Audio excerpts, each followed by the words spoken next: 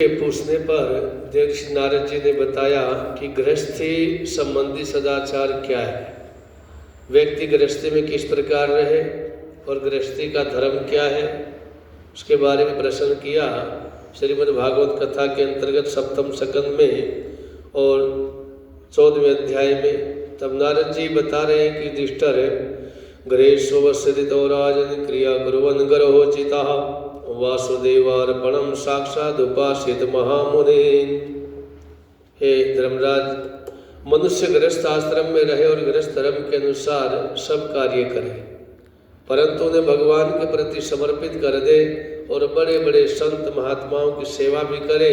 अवकाश के अनुसार जैसा भी समय हो विरक्त पुरुषों के साथ निवास करे। बार बार श्रद्धापूर्वक भगवान के अवतारों की लीला कथाओं का सुधापान करता रहे। सत्संगाचनय के संग महात्मजायात्मजादेशो विमुच्य विमुच्यमानेशो स्वयं स्वपन व दुख दुस्थित। जैसे स्वपन टूट जाने पर मनुष्य स्वपन में के संबंधियों से आसक्त नहीं रहता, वैसे ही ज्यों ज्यों सत्संग के द्वारा बुद्धि शुद्ध हो त्यों त्यों ही शरीर, स्त्री, पुत्र, धन आदि की आसक्ति स्वयं छोड़ता चला जाए। बुद्धिमान पुरुष को आवश्यकता के अनुसार ही घर और शरीर की सेवा करनी चाहिए, अधिक नहीं। जितनी आवश्यकता हो उतना ही भोग करे। भीतर से विरक्त रहे, बाहर से रागी के समान लोगों में साधारण मनुष्य जैसा ही व्यवहार करे। माता पिता, भाई, बंधु, पुत्र, मित्र, जाति वाले दूसरे जो कुछ कहे अथवा जो कुछ चाहे, भीतर से उनसे ममता ना रखे, उनसे इतना आसक्त ना हो कि छोड़ना मुश्किल हो जाए। बाहर से दुनियादारी का जो व्यवहार है वो निभाता रहे, उनका अनुमोदन कर दे, लेकिन उनमें स्वयं आसक्त ना हो। बुद्धिमान व्यक्ति वर्षा आदि के द्वारा होने वाले अन्न आदि, पृथ्वी से उत्पन्न होने वाले सुवर्ण आदि, अकस्मात प्राप्त होने वाले धन आदि तथा और सब प्रकार के धन भगवान के ही दिए हुए हैं, ऐसा जानकर के प्रारब्ध के अनुसार उनका उपभोग करता हुआ संचय ना करे।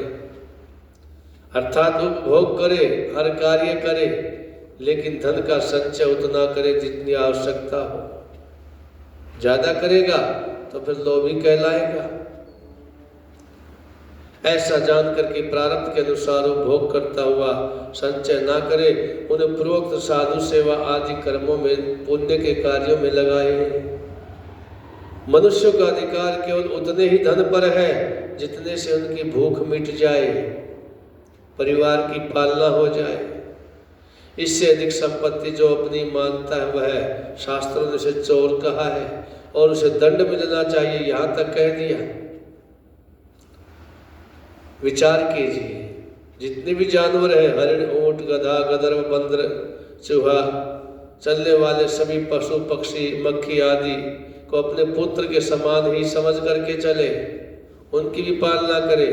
उनमें और पुत्रों में अंतर ही कितना है। गृहस्थ मनुष्यों को भी धर्म, अर्थ और काम के लिए बहुत कष्ट नहीं उठाने चाहिए, बल्कि देश काल प्रारब्ध के अनुसार जो कुछ मिल जाए उसी से संतोष करें। अपनी समस्त भोग सामग्रियों को कुत्ते, पतित, चांडाल पर्यंत सब प्राणियों को यथा योग्य बांट करके ये अपने कामों में लाना चाहिए, क्योंकि उन सबका भी अधिकार है। और तो क्या, अपनी स्त्री को भी, जिसे मनुष्य समझता है कि ये मेरी है, अतिथि आदि की निर्दोष सेवा में नियुक्त रखे लोग स्त्री के लिए अपने प्राण तक दे डालते, यहाँ तक कि अपने माँ बाप और गुरु को भी मार डालते हैं। उस स्त्री पर से जिसने अपनी ममता हटा ली, उसने स्वयं नित्य विजयी भगवान पर भी विजय प्राप्त कर ली। यह शरीर अंत में कीड़े, विष्ठा, राख की ढेरी होकर के रह जाता है।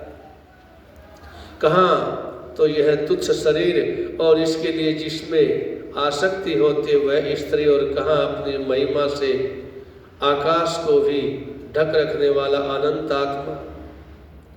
गृहस्थी को चाहिए कि प्रारब्ध से प्राप्त पंच यज्ञ आदि से बचे हुए अन्न से ही अपना जीवन निर्वाह करे।